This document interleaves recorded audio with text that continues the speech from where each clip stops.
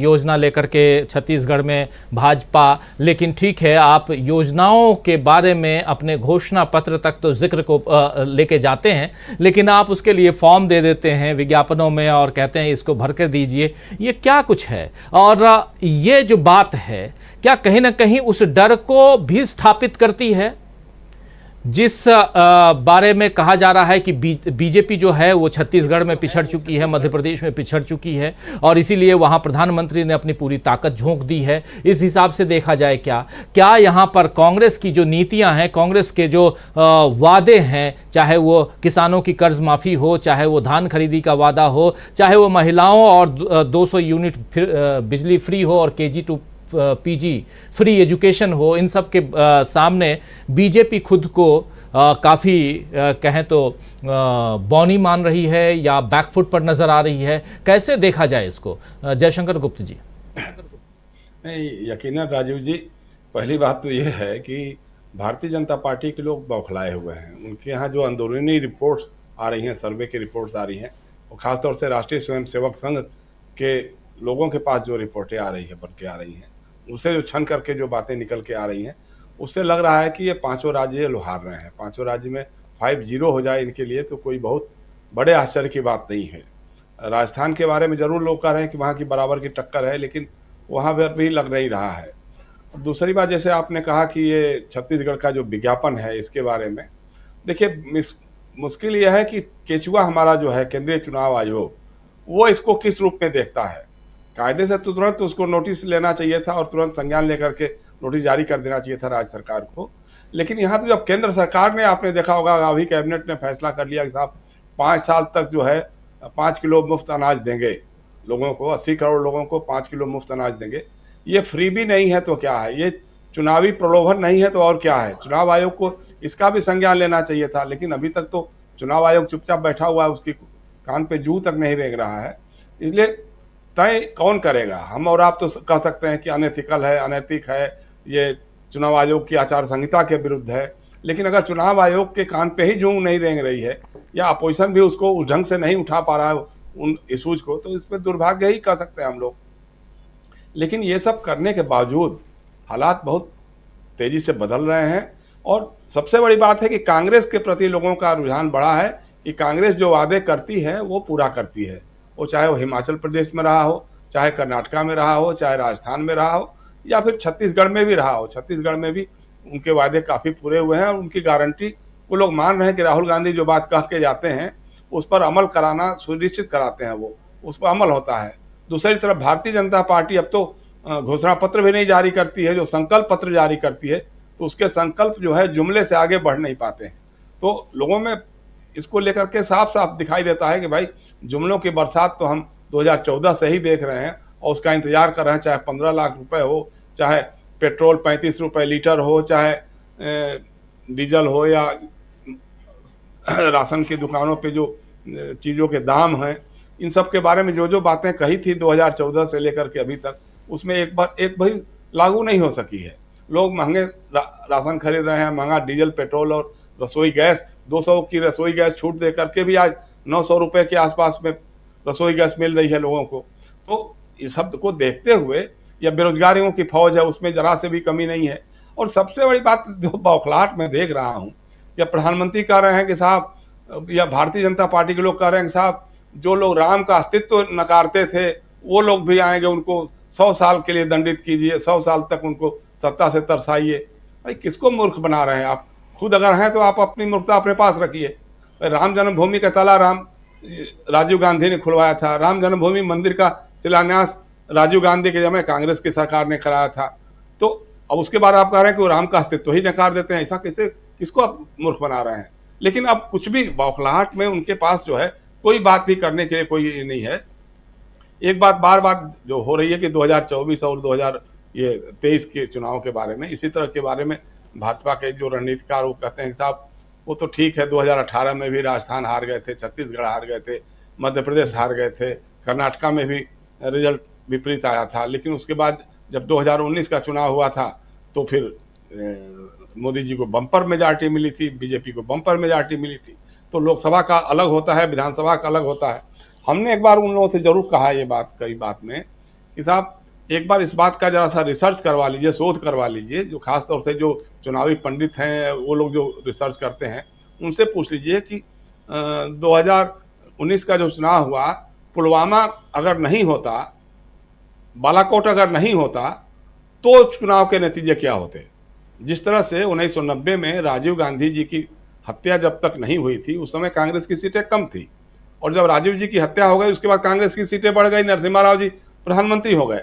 उसी तरह से अगर पुलवामा का हमला नहीं होता या कराया नहीं जाता, जो भी कह सकते हैं आप, सतपाल मलिक जी तो कुछ और बातें बोलते ही रहते हैं, आज तक पुलवामा के हमले के बारे में कोई जांच हुई कि नहीं हुई, जांच रिपोर्ट आई कि नहीं आई, देवेंद्र सिंह नाम का एक जो पुलिस का अफसर पकड़ा गया था, उसका फलाफल क्या हुआ, अभी तक किसी को कुछ भी नहीं मालूम है।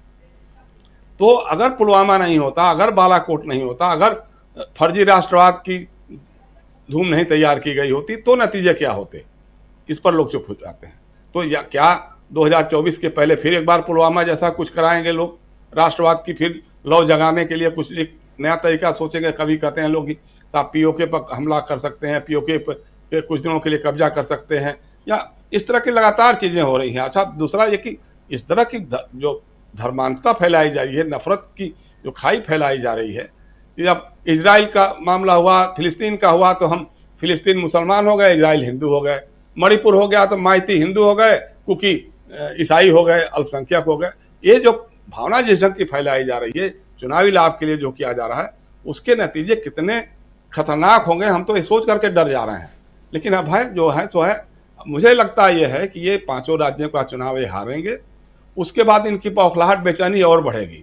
तब हो सकता है कि इनका रूप कुछ और दिखाई दे, जब जिस तरह से राजनीतिक विरोधियों को प्रताड़ित करने की बात है, ईडी कभी पहुंच जाए, कभी सीबीआई पहुंच जाए, कभी इनकम टैक्स के छापे पड़ने शुरू हो जाए। जो जो राजनीतिक विरोधी है, या तो भारतीय जनता पार्टी या सीबीआई, ईडी, ये सब लोग सर्टिफिकेट दे दें कि साहब भारतीय जनता पार्टी में जो रह रहा है, जो राजनीति कर रहा है, वो दाग बेदाग है, कोई उस पर दाग नहीं लगा। हरिश्चंद्र के अवतार ये सारे भाजपा के लोग हैं, और जो अपोजिशन की राजनीति कर रहा है वो सब महाभ्रष्ट हैं, ये हैं, दुष्ट हैं।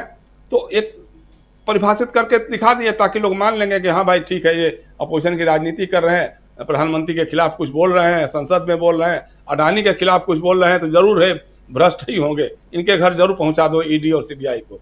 और जो उनके साथ जुड़ जा रहे हैं, अब अजित पवार से ईमानदार आदमी तो आज की राजनीति में कोई हो नहीं सकता है।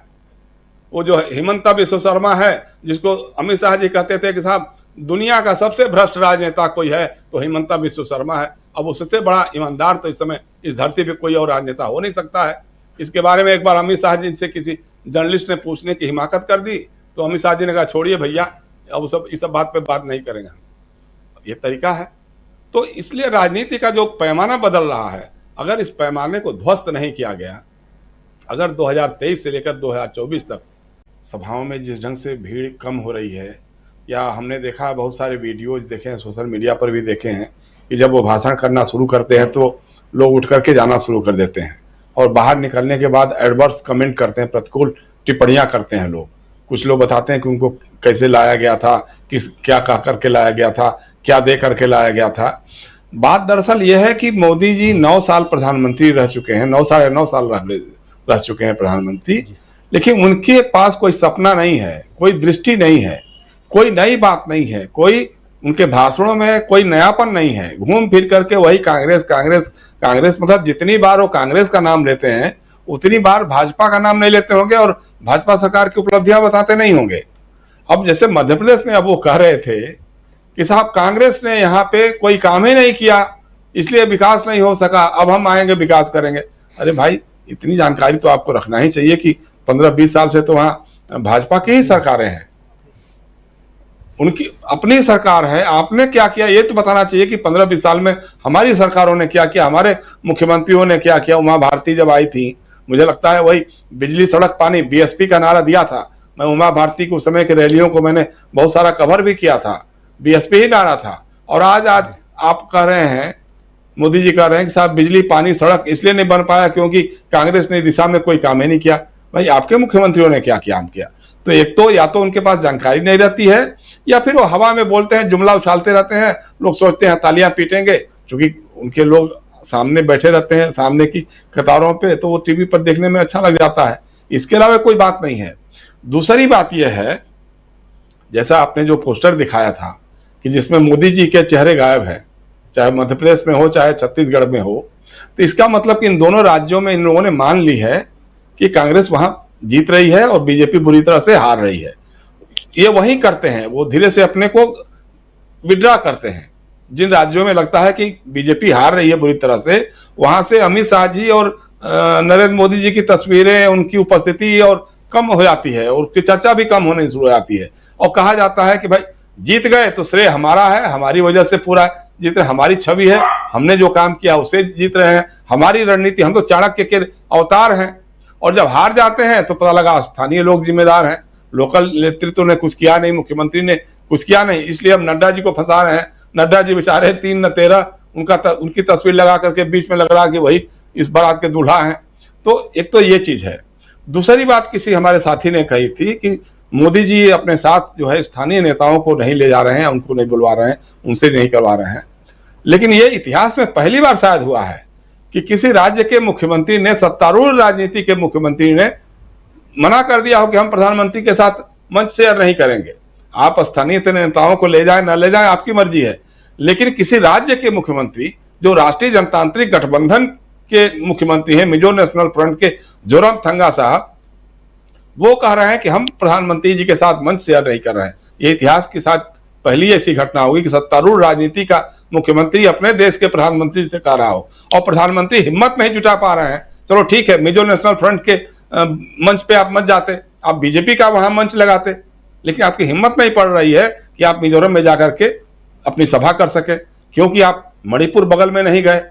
मणिपुर और मिजोरम जुड़ा हुआ है, एक समस्याएं भी एक दूसरे से जुड़ी हुई हैं। तो मुझे तो लगता है कि मिजोरम में शायद खाता भी इस बार खुलने वाला नहीं है, ऐसे भी नहीं खुलता, लेकिन इन परिस्थितियों में तो वो भी दिक्कत हो गई है। दूसरी बात, एक जो बात हो रही थी बार बार जो आ रही थी, भारतीय जनता पार्टी ने एक नई राजनीति प्रयोग शुरू किया है, जो केंद्रीय मंत्रियों सांसदों को विधानसभा का चुनाव लड़ाने का।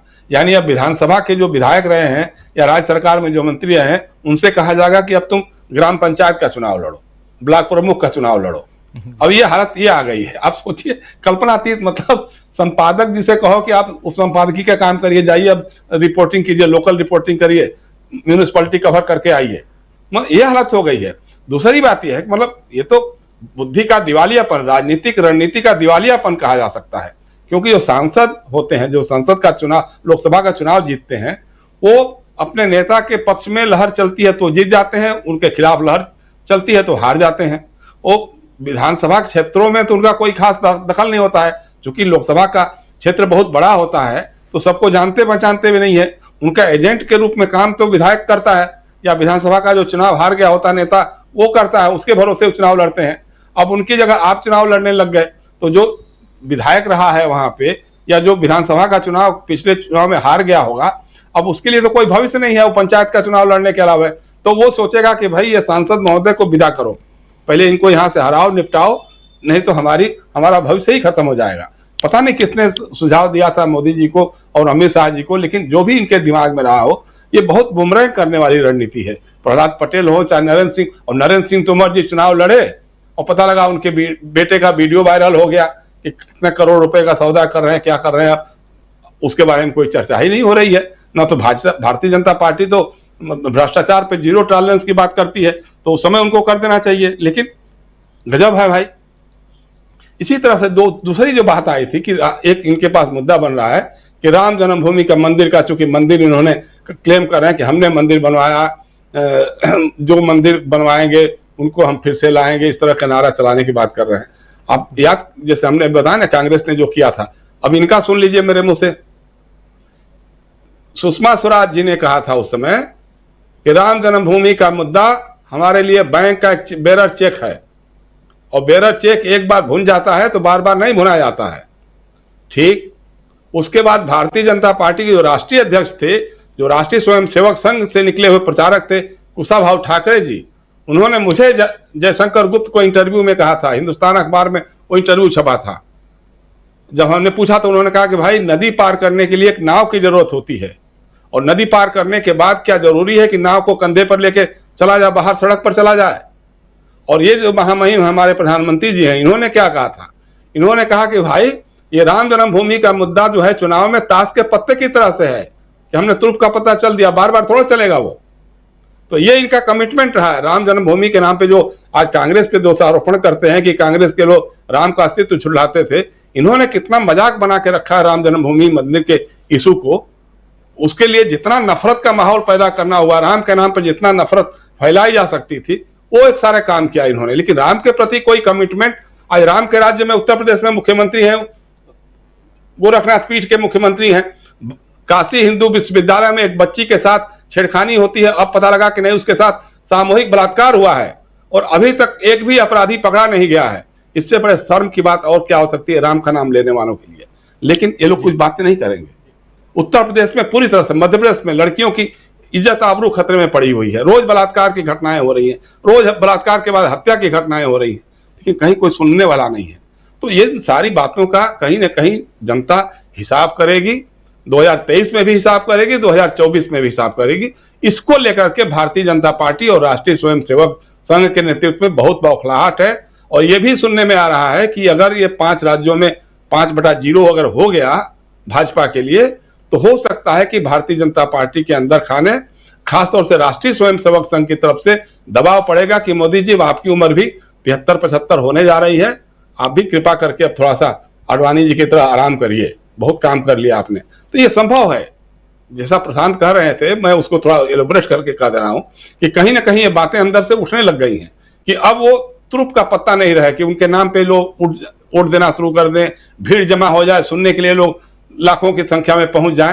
क्योंकि बोलने के लिए कुछ नया नहीं है, कोई सपना आपके पास है नहीं, पढ़ाई लिखाई उस ढंग से कुछ नहीं है। एंटायर पॉलिटिकल साइंस के अलावे जो है देश की समस्याओं के बारे में, बेरोजगारी की समस्याओं में, ये महंगाई हो या विदेश नीति को लेकर के आपके पास कुछ भी नया नहीं है जिसको आप लोगों को परोस सकें, लोगों को सपना दिखा सकें कि भाई 9 साल हो गया, मेरा 10 साल पूरा होने जा रहा है, अगले बार अगर हम आएंगे, हालांकि वो तो खुद कहते हैं कि हम ही आएंगे, लेकिन अगर हम आएंगे तो क्या करेंगे, ये उनके पास कोई सपना नहीं बताने के लिए है। जी राजीव जी। जी बिल्कुल। कल प्रधानमंत्री